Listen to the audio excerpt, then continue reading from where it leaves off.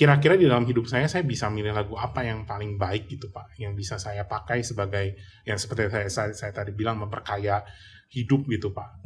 Karena kan kalau dengar lagu tertentu rasanya kayaknya nggak cukup gitu Pak.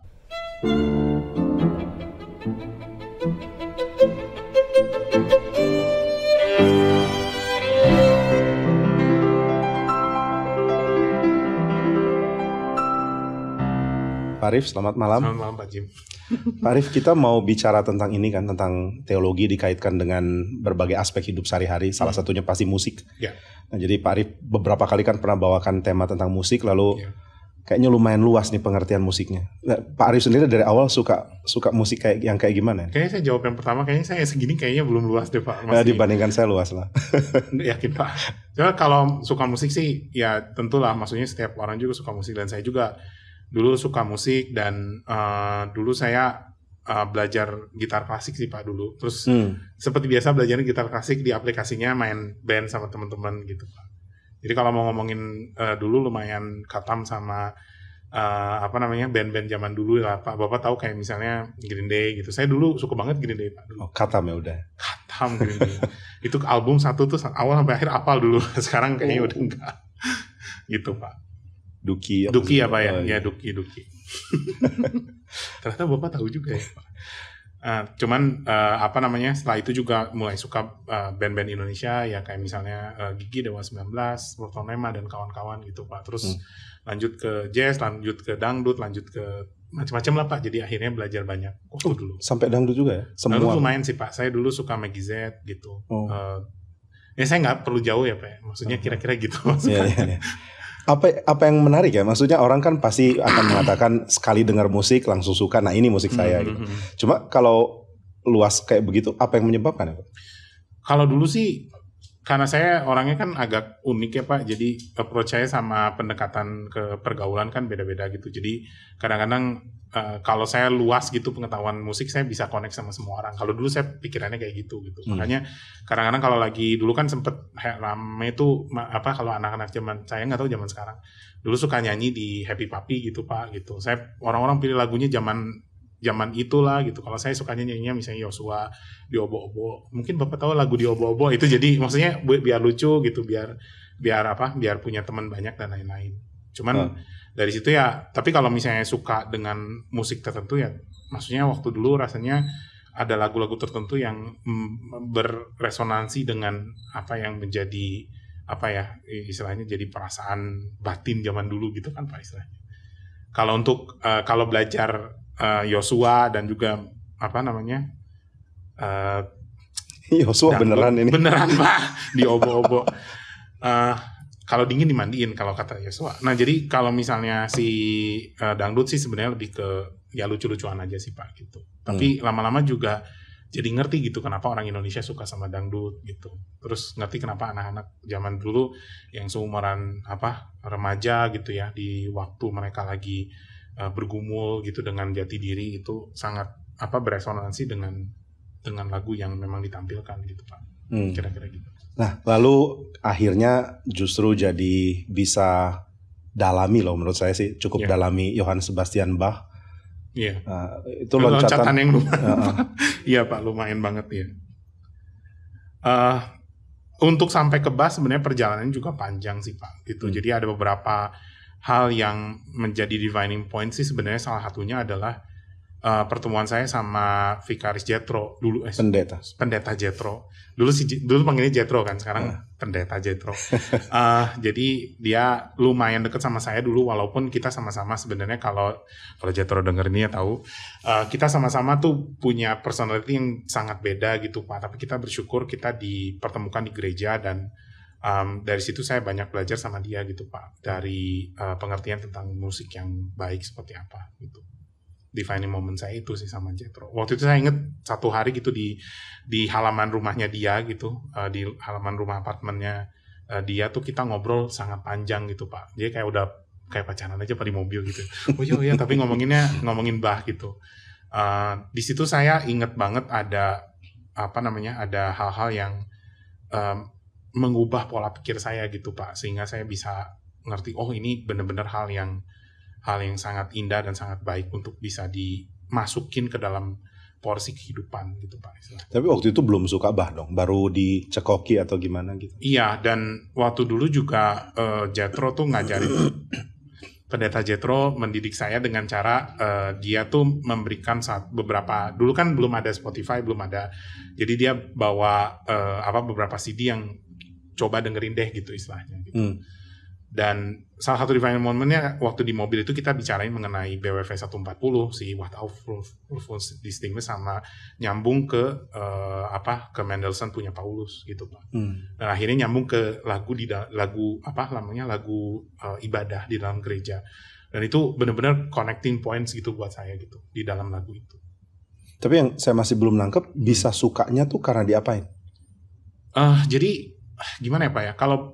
Kalau jadi waktu dulu itu sebelum ketemu Jethro tuh saya lagi suka-sukanya itu lagu-lagunya lagu dugem Pak dulu. Karena kalau lagi nyetir tuh kalau lagu dugem tuh telinga tuh jadi nggak terlalu ngedenger din-din orang-orang din-din gitu ya, gitu-gitu kan nggak kedengeran. Terus udah gitu rasanya lebih keren gitu Pak kalau lagi naik mobil nyetir gitu, lagi jauh gitu. Cruising. Depannya gini-gini gitu nggak sampai nggak kayak gitu nggak sih. Dulu tuh saya suka sama orang-orang itulah ya kalau saya sebut juga kayaknya orang tahu ya, kayak Armin van Buuren dan teman-temannya, Minimal Speak dan teman-temannya. Dan saat itu di dalam CD kan dulu kan masih CD changer kan, CD changer itu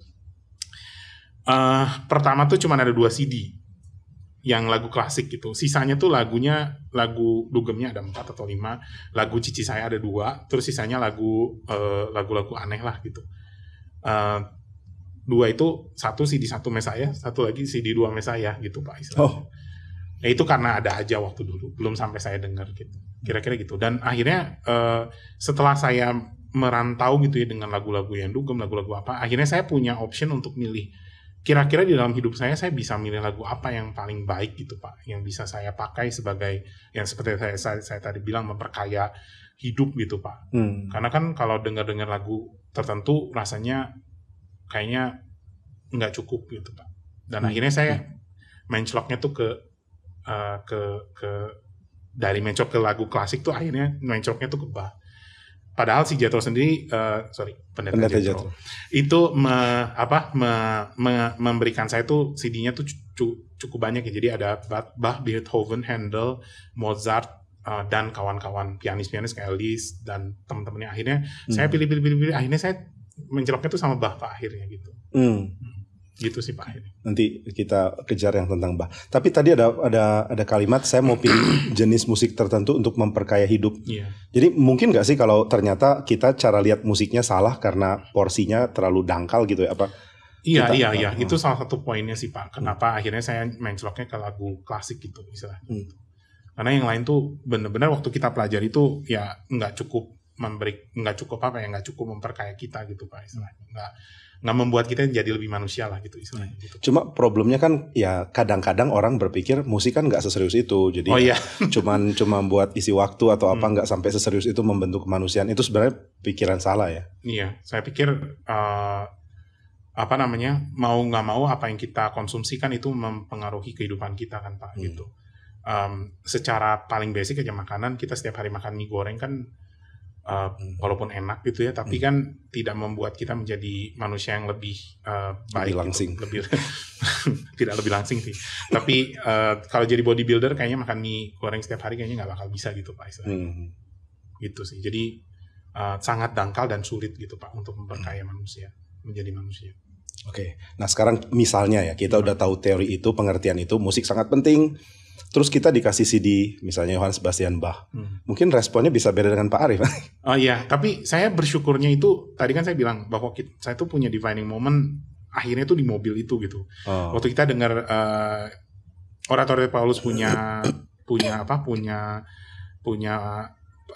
overture itu tuh connect kan itu connect sama What Of kan, itu terus connect juga sama lagu yang Bangunlah Dengar Suara gitu kan. Terus saya mikir ini lagunya bukan Bangunlah Dengar Suara. Waktu itu saya ngomong sama Jethro itu lagunya Holy Holy Holy karena mirip kan do mi sol gitu kan Pak. Holy Holy Holy. Oh bukan Riff itu bukan Holy Holy tapi itu Bangunlah Dengar Suara. Akhirnya saya jadi dengerin lagu itu dan akhirnya saya jadi suka si himnya gitu kan Pak. Dan akhirnya kita masukin ke dalam lagu di dalam gereja kita gitu.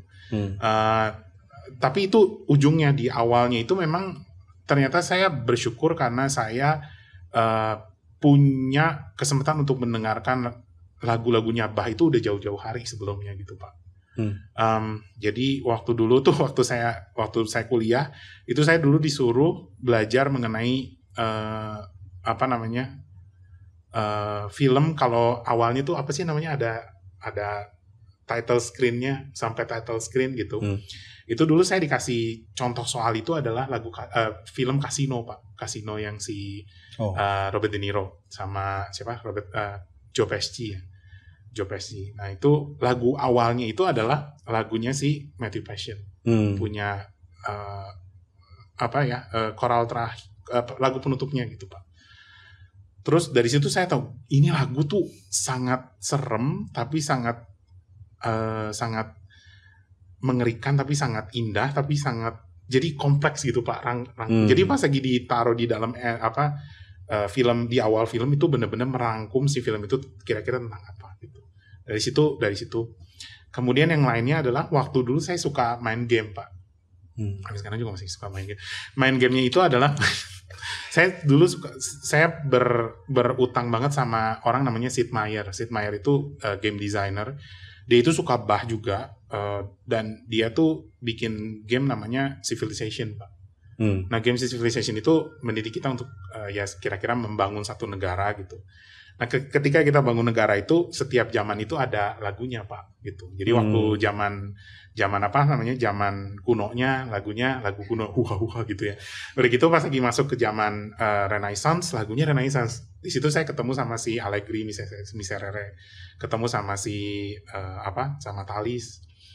Terus masuk ke dalam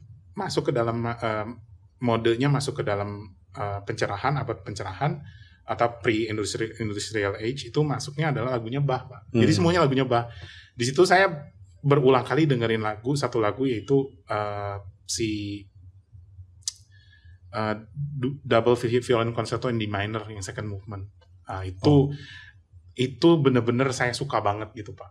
Nah itu defining moment berikutnya gitu. Pas lagi Jethro kasih kompilasi Bach itu udah bener-bener akhirnya klik. Yang di gitu. Civilization itu sebelumnya? Sebelumnya Pak, jauh-jauh sebelumnya itu Civilization 4 ya. Okay. Gitu. Jadi pas lagi sampai akhirnya itu karena saya telinga udah terbiasa dengan lagu-lagu si Bach dan saya sudah mulai cinta sama lagu ini gitu Pak. Dan lagunya nggak cuma itu Pak. Lagunya tuh macam-macam si Brandenburg Concerto 1-6 tuh ada di dalam game itu Pak gitu.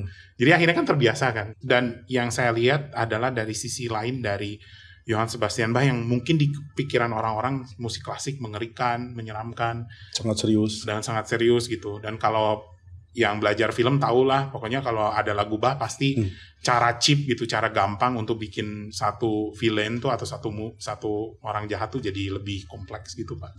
Gitu. Jadi begitu saya lihat lagu-lagu seperti Brandenburg Concertos, begitu ada violin concerto, akhirnya saya berangkat dari situ gitu Pak. Jadi makin lama makin pas lagi udah ketemu sama What Auf, wah langsung itu kayak jatuh cinta pertama kali. Gitu. Karena apa? Karena indahnya tuh kayaknya nggak pernah ditemukan sebelumnya di dalam lagu-lagu yang lain gitu. Keindahan itu kan jarang Pak ada. Gitu.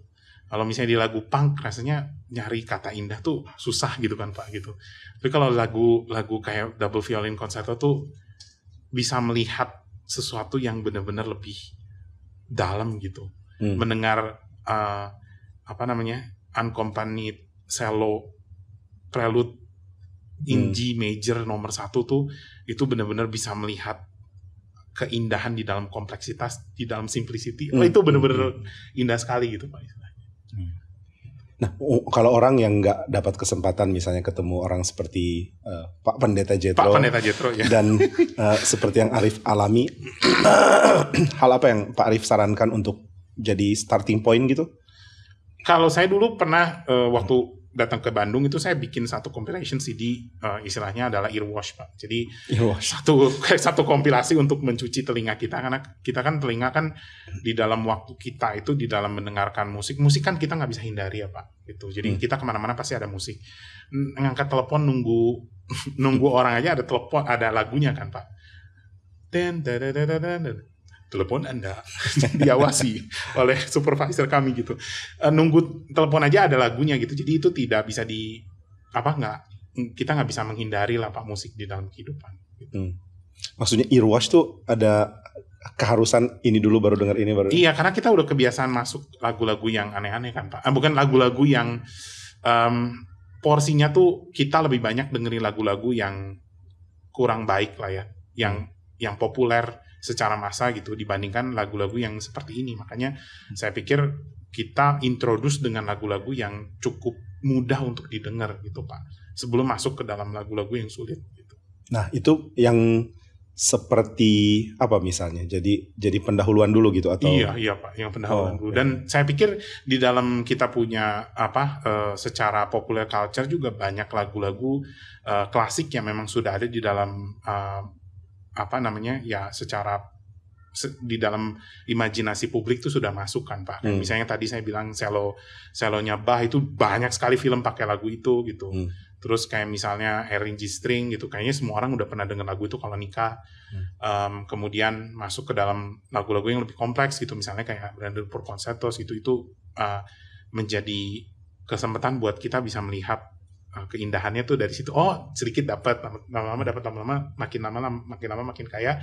Akhirnya kita bisa lebih masuk ke karya-karya yang lebih kompleks gitu Pak. Okay. Tapi Pak Arif rasa nggak misalnya waktu senang musik-musik seperti punk atau yang lain-lain, waktu pertama dengar bisa langsung klik dengan sesuatu gitu misalnya. Terus waktu coba misalnya dengar musik klasik yang lebih kompleks, ternyata kliknya agak lama, atau Pak Arif nggak alami itu? Saya alami Pak. Gitu. Jadi kalau boleh jujur, saya karena kan kalau instrumental itu sangat mudah ya Pak untuk diterima lah. Tapi kalau untuk sesuatu yang ada kontennya Pak gitu, seperti Messiah atau kantata atau misalnya karya yang sulit dari Bach gitu kayak Johann Passion atau Matthew Passion, itu mengambil waktu jauh lebih lama Pak. Saya akhirnya baru bisa benar-benar menikmati Bach itu, menikmati Matthew Passion itu setelah 5 tahun dengar. 5 tahun. Bayangin aja, saya pacaran sama istri saya dulu sama si Corin tuh, waktu ngedate tuh lagunya tuh di dalam mobil itu Pak gitu. Karena saya harus memaksa, harus denger ini lagu bagus tapi harus denger gitu, kira-kira gitu Pak. Jadi saya memaksakan diri. Kalau di 2 tahun pertama dengerin Messiah kayaknya bisa langsung ya Pak. Every Valley gitu ya langsung gitu. Tapi begitu Bach gitu kok susah gini ya gitu istilahnya gitu. Itu akhirnya makan 3 tahun, jadi total 5 tahun lah Pak akhirnya sampai bisa. Take a lot of time Pak. Jadi untuk bertekun Bang harus tahu harapan apa yang ada di depan. Yes. Dan saya tidak menyesal kehilangan waktu. Tapi saya nggak menyesal lah dengar sambil pacaran. Iya. Cuman kalau dibandingin dengan saya bisa main lagu-lagu misalnya lagu Green Day gitu, saya hari ini masih bisa main, rasanya saya juga nggak, saya agak nyesal ngapain gue belajar ini gitu istilahnya gitu. Ya kira-kira gitu sih Pak, kalau diomongin antara penyesalan dan tidak gitu. Berarti ya kalau misalnya ada orang yang coba dengar klasik atau langsung Saint Matthew Passion lalu belum merasa klik ya no problem ya, memang harus dipelajari. Harus kayak gitu, dan it will take a lot of time. Cuman saya dulu pernah ngobrol sama anak-anak, sama teman-teman pemuda waktu itu, entry point kita tuh banyak kan Pak. Entry pointnya tuh ada dari film, ada dari dulu zaman saya itu yang bikin si istri saya tuh suka sama lagu klasik dan dia juga akhirnya bisa klik itu adalah anime gitu Pak. Anime manga namanya Nodame Cantabile, itu ngajarin orang-orang tentang lagu klasik gitu. Di situ lagu entry scene shift, kalau waktu itu ada filmnya itu Beethoven 8 Pak, 7 atau 8 saya lupa, 7 kayaknya, 7 atau 8. Jadi maksudnya dari situ kan orang jadi terbiasa dan belajar gitu. Terus ternyata pas lagi mereka bandingin sama lagu yang lain, lagu ini lebih bagus, tapi karena udah suka yang ini, Ya udah gue balik lagi ke sini kadang-kadang seperti itu. Gitu Pak. Balik ke Bach lagi, ada keperluan untuk ngerti Jerman nggak? Waktu dulu saya ingat sekali waktu awal-awal tuh sama Pendeta Jethro itu kita tuh dibeliin kamus Jerman Indonesia.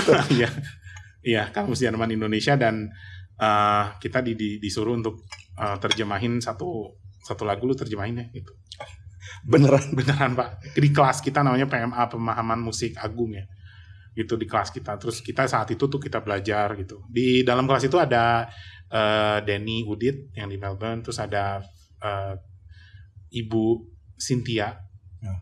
Nanti tolong di link ini disebar ke mereka. Istrinya Pak Pendeta Ivan Raharjo gitu. Waktu itu kita sama-sama bertumbuh di dalam PMA itu gitu. Kita sama-sama dididik dan melatih dan belajar lagu klasik. Disuruh baca kamus Jerman mau ya? Akhirnya nggak ada yang jalanin sih Pak gitu. Cuma maksudnya secara figuratif aja, ini lu harus belajar karena terjemahan dan kata-katanya penting gitu Pak. Dan kaitan antara musik dengan kata-katanya tuh kan berkaitan ya Bah gitu. Jadi kita dididik seperti itu gitu waktu itu. Itu kayaknya udah berapa tahun setelah saya udah terbiasa denger Bah baru bisa ada seperti itu. Sekarang lebih gampang lah, bisa lihat langsung teks Inggris. Iya, terus ada terjemahannya juga. Dan ada orang di internet namanya Rianto Pardede. Rianto apa? Pardede Pak. Pardede. Dia menerjemahkan Bah itu pakai bahasa Indonesia di bahkantatas.com. Jadi itu di apa namanya? Di bahstripkantatas.com. Itu semua bahasa Indonesia. Ada yang terjemahan bahasa Indonesia. Itu kadang-kadang saya ambil resource dari situ juga. Bahstripkantatas.com. Di situ lengkap sekali Pak. Gitu. Nah sekarang ke isu yang agak lebih sensitif. Gimana tentang musik dan kebaktian dan ibadah? Kan orang akan mengatakan bahwa musik itu harus bisa luas, bahwa Tuhan itu dimiliki oleh semua orang. Jadi kalau misalnya dalam sebuah ibadah ada kemungkinan untuk musik dibuat supaya lebih kedengaran nyaman bagi orang-orang di dunia, jadi entry point yang bagus untuk mereka ke gereja gitu. Kalau Pak Arif lihat gimana kebijakan ini? Saya pikir kalau misalnya entry point orang lewat sesuatu yang accessible, rasanya yang accessible, yang bisa diakses, rasanya kurang pas ya Pak. Tapi itu ada degree yang lain ya, yang bisa mengiyahkan itu, karena mau gimana juga lagu himne itu sebenarnya sedasar-dasarnya itu agak sulit untuk dipelajari. Oke. Bapak kayak kaget Pak. Iya, saya kira mau bilang gampang. Gampang dapat dipelajari sih gitu. Cuman cuma yang kita jangan lupa juga adalah kita juga harus ngerti sifat Tuhan gitu di dalam ibadah. Bahwa Tuhan itu kan layak dipuji, Dia layak ditinggikan, dan harus pantas mendapatkan apa yang kita bawa kan Pak.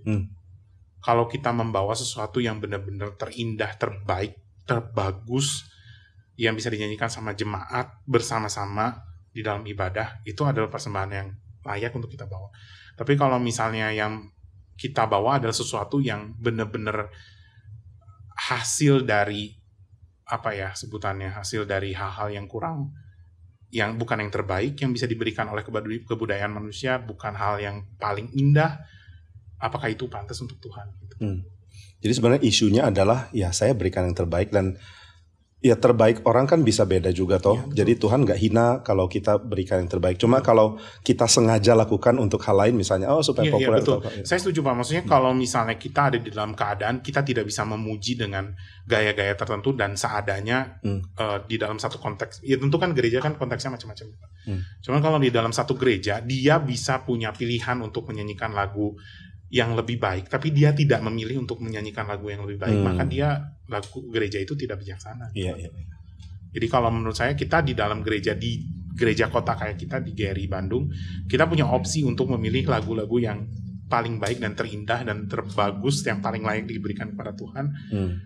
And yet ada gereja-gereja tertentu yang akhirnya dia milih lagunya yang enakeun aja ya Pak gitu. Dan akhirnya sama aja kayak kita datang ke Pak Jokowi gitu. Mirip lah kita datang ke Pak Jokowi. Pak Jokowi, saya mau datang mau makan di rumah kamu, saya bikin apa ya makanan gitu. Kita bikin makanan yang paling enak, paling bagus, paling bergizi, paling bagus gitu ya, kita sediakan untuk Pak Jokowi gitu misalnya. Atau kita bikin mie goreng karena mie goreng enak gitu. Sekali lagi mie goreng yang indah, yang enak, yang cuma diseduh 3 menit gitu. Itu kan ada qualitative difference-nya gitu kan Pak, yang harus bisa. Kira-kira gitu sih Pak. Iya. Jadi sebenarnya bukan perjuangan lah ya, cuma satu hal yang pantas bagi gereja untuk mulai pikir dengan serius tentang musiknya gitu ya. Bukan cuma sekadar bagikan apa yang gampang dipelajari atau gampang jadi populer. Ya, cuman ada kecenderungan gereja-gereja yang ortodoks sendiri tidak memberikan pendidikan ya Pak terhadap lagu-lagu yang mereka existing nyanyikan, akhirnya jadi paksaan kepada anak-anak generasi berikutnya. Dan akhirnya banyak gereja-gereja yang tidak mengerti kenapa mereka harus menyanyikan ini gitu ya. Padahal itu ada sejarahnya, ada ceritanya, ada keindahannya yang mereka nggak pernah gali, karena dipaksa menyanyikan lagunya, akhirnya mereka meninggalkan lagu-lagu yang indah gitu Pak. Jadi, tapi ada poin yang Pak Arif pernah bilang juga kan, bahwa gereja-gereja tertentu kasih musik yang paling populer lah, paling gampang, tapi yet persiapannya sangat bagus gitu. Iya Pak. Sedangkan gereja-gereja yang mau perjuangkan musik bagus, sayangnya bisa jatuh ke dalam keadaan di mana tampilan musik seadanya dan persiapan yang kurang ya. Itu problem juga ya. Iya Pak. Dan itu satu vein atau satu garis dengan apa yang menjadi kekuatan dari lagu pop kan Pak. Lagu pop itu kan eksekusinya kan sangat kalau ngomongin eksekusi ya, maksudnya lagu pop tuh luar biasa profesional, luar biasa bagus gitu. Ya seperti biasa gitu, lagu jelek tapi dipresentasikan dengan baik, akhirnya orang melihat itu bahwa itu ada sesuatu yang baik gitu. Dan ini seperti biasa ya Pak, gereja kan kadang-kadang jadi spons kebudayaan gitu. Bukan dunia yang menyerap kebudayaan dari gereja, tapi gereja yang menyerap kebudayaan dunia. Akhirnya kebudayaan pop yang salah satu kekuatan musik pop masuknya dari situ kan Pak, dari eksekusi yang sangat baik. Sedangkan gereja kita yang ortodoks menyanyikannya dengan kurang baik, dan akhirnya ya kalau disuruh milih, mungkin kalau jadi pemuda ya mereka jadi gampang milihnya gitu Pak, untuk milih yang ke sebelah sana. Terus kalau begini mesti gimana ya? Apakah kejar lewat ngajarin orang supaya lebih ngerti, atau perbaiki tampilan, atau yang mana yang harus lebih utama? Kayaknya kalau misalnya kita mau ngomong secara pragmatisnya ya, bukan pragmatis ya, maksudnya kita secara keseluruhan kita harus jalanin yang utama ya pengertian dulu ya Pak gitu. Pengertian. Tapi ya di sisi lain juga secara praktis ya kita harus lebih baik ya Pak, saya ngomong ya general di dalam gereja ya kita harus lebih baik dari waktu ke waktu gitu. Ya constantly improving lah di dalam eksekusi ini. Jadi mungkin poinnya kalau pengajaran ditekankan, paling enggak jumlah orang-orang yang akan perjuangkan untuk ada tampilan lebih baik jadi lebih banyak ya. Iya Pak. Terus begitu juga saya pikir juga kita nggak boleh underestimate jemaat juga, karena jemaat itu tadi pagi Pak Jimmy bilang itu khotbah yang paling, saya akan khotbah dengan tidak menyempelekan orang-orang pendengarnya gitu. Jadi orang-orang yang dengan kapasitas yang cukup tinggi juga bisa mendapatkan berkat gitu, dan tidak dieksekusi dengan main-main gitu kan Pak.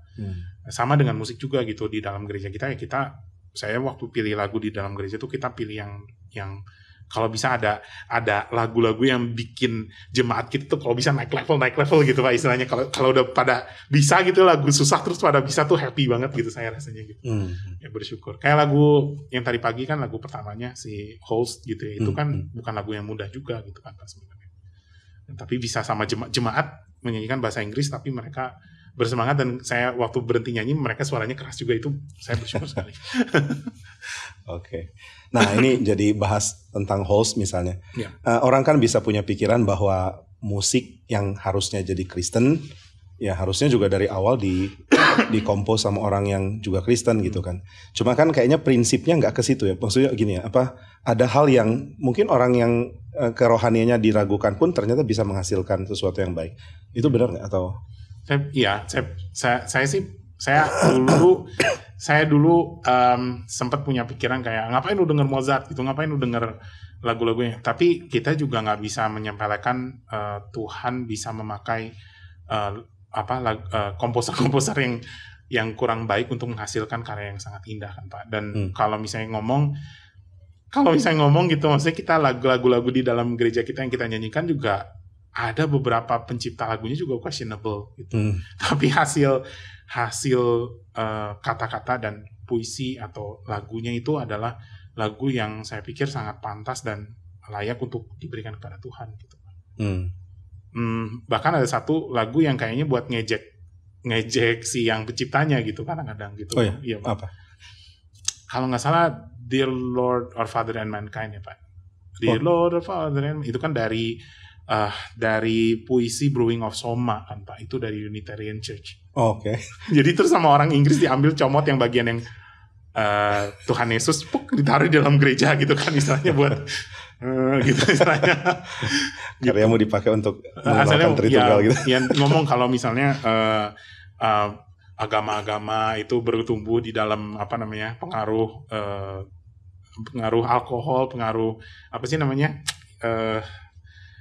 ya tribalisme gitu istilahnya di dalam keheningan gitu. Terus kayak gitu sama kita diambil bagian yang indahnya taruh buat Kristen gitu. Tapi itu dipakai untuk menjadi kayak semacam sindiran sih Pak. Oke. Gitu. Dari gereja Anglican yang pakai itu gitu. Menarik. Nah, umpama ada yang tanya nih Pak, supaya dapat jawaban langsung ringkas, kita agak pragmatis. Kalau ada yang tanya, terus musik bagus tuh musik yang gimana dong? Atau yang pantas untuk Tuhan tuh yang musik gimana dong? Kalau ngomong sih itu itu hal yang sangat kompleks ya Pak ya kalau mau dijawab gitu karena kalau mau ngomong simpelnya sih ya tolong koreksi saya Pak kalau salah ya. Tapi kalau ngomong soalnya simpelnya itu adalah kalau kita bawa lagu ini ke negara tuh negara nggak malu gitu Pak. Jadi maksudnya kita bawa lagu ini dinyanyikan di dalam acara kenegaraan gitu ya. Kalau negara tuh mengadopsi lagu ini jadi lagu nasional gitu. Negara tuh nggak malu gitu Pak. Dengan asumsi negaranya masih waras. Yes. Dan negara yang menjunjung tinggi keadilan dan lain-lain ya Pak gitu. Jadi kalau misalnya kita di dalam gereja di dalam negara kita juga kan kita mengadopsi banyak lagu-lagu yang dan salah satunya lagunya ada lagu Kristen ya Pak gitu. Yang diadopsi sama negara kita gitu. Dan itu maksud saya itu bukan itu menjadi salah satu bukti bahwa negara yang disanjung yang kita junjung tinggi pantas untuk mendapatkan lagu-lagu seperti itu. Juga berkait dengan yang tadi Pak Arif bilang juga ya, bahkan ketika orang yang produksi film pun akan pilih lagu yang akan tunjukkan suasana tertentu, karya suasana tertentu. Jadi ya kita bisa belajar untuk lihat suasana lagu apa yang mau dipresentasikan untuk Tuhan gitu ya. Iya, betul. Dan kalau kita ngomong range of emotion yang bisa digali dari musik kekristenan tuh range-nya tuh luar biasa luas gitu Pak. Luar biasa luas. Lagu yang kadang-kadang kita di dalam gereja kita nggak suka nyanyi lagu yang nggak enak yang biasa kita dengar. Tapi kadang-kadang kita harus menyanyikan lagu seperti itu untuk mengajarkan kita pergumulannya, mengajarkan kita duka citanya, mengajarkan kita kesulitan yang harus kita hadapi, yang menjawab pergumulan kita sendiri yang kita bisa pakai sebagai cermin lagu itu. Sama seperti Mazmur kan Pak gitu. Mazmur kan nggak semuanya happy ending kan Pak. Gitu. Kalau waktu berkaca gitu langsung kita mikir oh iya ya gitu istilahnya gitu. Nah, kayak lagu-lagu tertentu kayak misalnya lagu lagu-lagu ciptaan Luther atau lagu-lagu yang mungkin nggak terlalu enak di telinga itu pasti ada suasana pergumulan di dalamnya. Tapi rasanya gereja nggak mau memilih lagu itu karena alasannya ya nanti jemaat nggak nyanyi deh gitu. Padahal sebenarnya jemaat membutuhkan itu pergumulan. Jemaat bisa dibiasakan dan dididik untuk ngerti pergumulannya. Dan lagi kadang-kadang orang kan cuma pisah antara kontemporer dan himne klasik lama gitu. Padahal kan sebenarnya kompleksitas dan kelimpahan musik Kristen tuh besar sekali. Pak, betul. Jadi kalau mau ngomong di dalam buku pujian kita tuh berbagai komposer, berbagai latar belakang, berbagai gereja, berbagai denominasi, berbagai zaman, berbagai tipe musik, berbagai tipe budaya. Saya rasa buku itu buku musik kita tuh benar-benar harta karun sih Pak. Karena itu benar-benar luas sekali gitu. Sebenarnya ini yang bisa disebut ecumenical yang sehat ya. Betul Pak. Jadi kalau itu betul sih Pak, karena kita nggak sombong ya Pak. Saya tidak menyebut orang-orang tertentu, tetapi ada gereja tertentu yang menjual lagu yang dinyanyikan di ibadah tuh sesuai dengan menyanyikan lagu di ibadah tuh sesuai dengan lagu CD yang dijual Pak, gitu kan. Kan mengerikan sekali kalau seperti itu. Saya tidak menyebut gereja tertentu ya, tapi yang dengar podcast ini pasti tahu gitu gereja apa yang seperti itu. Kalau kurang jelas nanti di komen. Boleh nanya sama. Iya. Di Australia besar sekali gitu loh gerejanya. Oke. Langsung tahu Pak. Gitu. Mau ngomong tapi nggak usah. Jangan. Kecuali mie goreng di luar dari Pak itu brand jangan keluar Pak. Oke. Tapi kelimpahan terus kita bisa menikmati lalu bisa bertumbuh di dalam kerohanian kita karena musik. Sebenarnya kalau kita bisa ada nikmati itu sangat indah sih. Iya Pak, dan saya merasa pertumbuhan, saya bersyukur sekali karena saya banyak duduk dan juga mendengarkan musik Bach sembari saya juga lihat teksnya gitu Pak. Dan itu benar-benar mempertumbuhkan saya gitu. Jadi ya kayak kita baca Mazmur ya Pak, ada pergumulan dan kita terjawab. Tapi kalau Mazmur kan nggak setiap Mazmur tuh nggak setiap Mazmur tuh ada lagu yang kita bisa nyanyi. Ada sih lagunya gitu, cuman nggak semuanya ada di dalam teks buku KRI gitu misalnya. Tapi kalau lagunya Bach itu kantata-kantatanya Bach itu lengkap gitu Pak. Jadi dari Alkitab dia kan bisa ngambil dari mana aja kan Pak si kutipannya. Dan banyak dari situ tuh yang benar-benar mempertumbuhkan saya gitu.